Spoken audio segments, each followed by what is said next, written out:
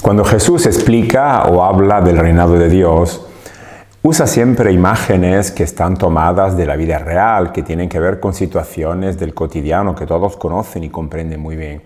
Eso es lo que nos dice el evangelista Mateo en este domingo, cuando Jesús propone una parábola diciendo: porque el reinado de Dios se parece a un propietario que salió al amanecer a contratar jornaleros para su viña. El reino de Dios se parece a este propietario que tiene que ver con su viña y con los jornaleros que tienen que trabajar en ella.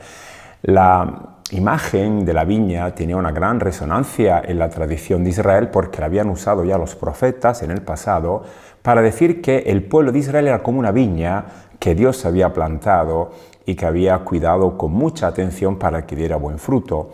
Ahora Jesús retoma esta imagen, esta figura de los profetas, para decir que la viña es el reinado, pero ya no relacionado con un pueblo en particular, el pueblo de Israel, sino que ahora este pueblo, esta viña, representa a todos los pueblos de la tierra, todos aquellos que se abran a la novedad del mensaje para poder construir ese reinado de Dios, es decir, un Señor que es Dios, que se va a ocupar del bien de sus hijos. La parábola es la primera de las tres que Mateo usa con esta imagen de la viña. Es importante entonces esta figura para que se comprenda bien la novedad de Jesús.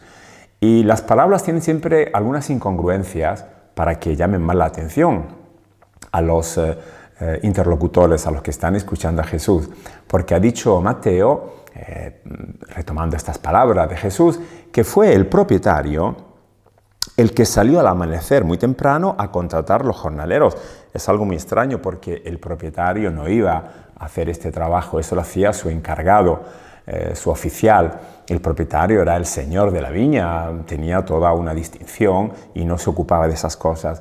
El hecho de que lo cuente ahora sí Jesús quiere decir que este trabajo, el trabajar en la viña, el construir el reinado como una viña que dé frutos buenos, es algo muy urgente, es algo muy importante, y el propietario lo va a demostrar tomando él la iniciativa, tomando en su mano propio justamente este trabajo de la viña. Y después de ajustarse con ellos, con los jornaleros, el jornal de costumbre, los mandó a la viña, exactamente el texto dice, en un denario al día. El denario es una moneda romana que servía para pagar al trabajador, al jornalero, era la paga jornalera de un día. Y con este acuerdo, con esta ajustarse, los mandó a trabajar.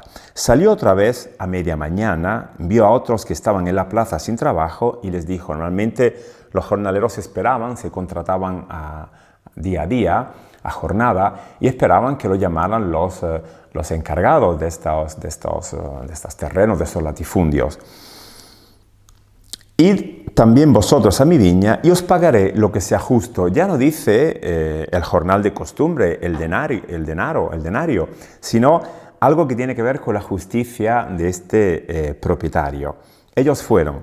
Salió de nuevo hacia mediodía y a media tarde e hizo lo mismo. Saliendo a última hora, encontró a otros parados y les dijo, ¿cómo es que estáis aquí el día entero sin trabajar? Le respondieron, nadie nos ha contratado.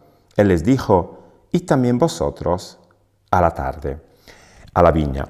El propietario quiere que nadie se quede sin participar en ese trabajo.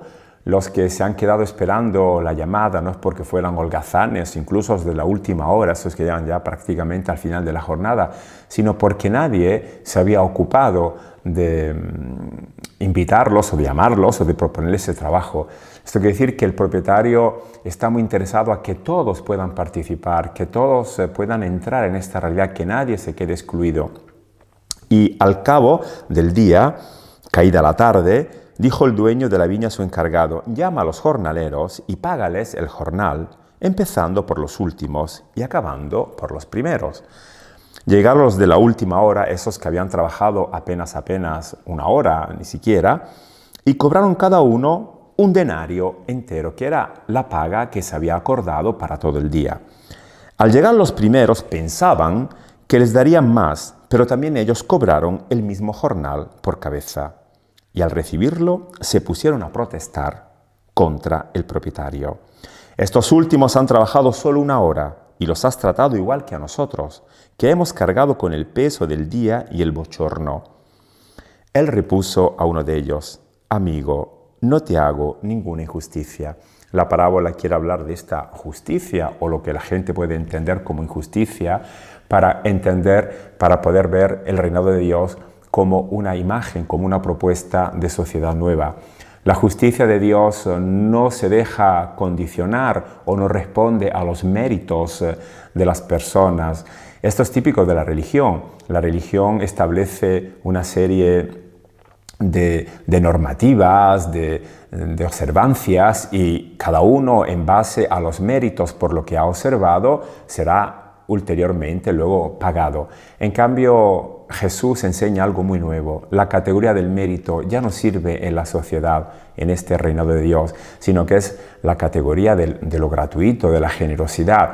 Eso que puede parecer injusto a los ojos de los jornaleros que han trabajado todo el día, es la propuesta de una sociedad nueva sin jerarquía, sin clases, sin primeros que puedan acaparar más y sin últimos que se queden propio justamente si lo necesario. Jesús entonces propone una sociedad nueva, dice Mateo, en la que Dios ya no considera a los hombres, a las personas humanas, en base a sus méritos, sino en base a sus necesidades. Más son las necesidades, más el Señor responde a esta situación. Y por eso Jesús está invitando a sus discípulos a cambiar mentalidad, a no caer en esta mentalidad que no permite relaciones nuevas entre las personas, esta mentalidad del mérito, del premio, y pensar en cambio a una relación nueva que tiene que ver con el regalo, con lo que se regala por amor, por generosidad. Esa es la justicia de Dios, y también en base a la necesidad de las personas. Y acaba la parábola diciendo: no te ajustases conmigo en este jornal, toma lo tuyo y vete. Quiero darle a este último lo mismo que a ti. ¿Es que no tengo libertad para hacer lo que quiera con lo mío, o ves tú con ojos malos que yo sea generoso? Así es como los últimos serán primeros y los primeros últimos. El propietario de la viña dice algo muy justo y muy comprensible. Cada uno con lo suyo para hacer lo que quiera. Dios no puede ser chantajeado en base a las observancias de las personas, de sus comportamientos, sino que Él regala vida para que todos puedan crecer en esta realidad nueva. Y por eso los últimos, dice Jesús, serán los primeros. Una sociedad sin jerarquía, sin clases. Ya he repetido esta frase antes de empezar la parábola, donde decía que los primeros serían los últimos. Es decir, una realidad nueva en la que todos puedan gozar de esta posibilidad de crecer y dar lo mejor de sí mismos.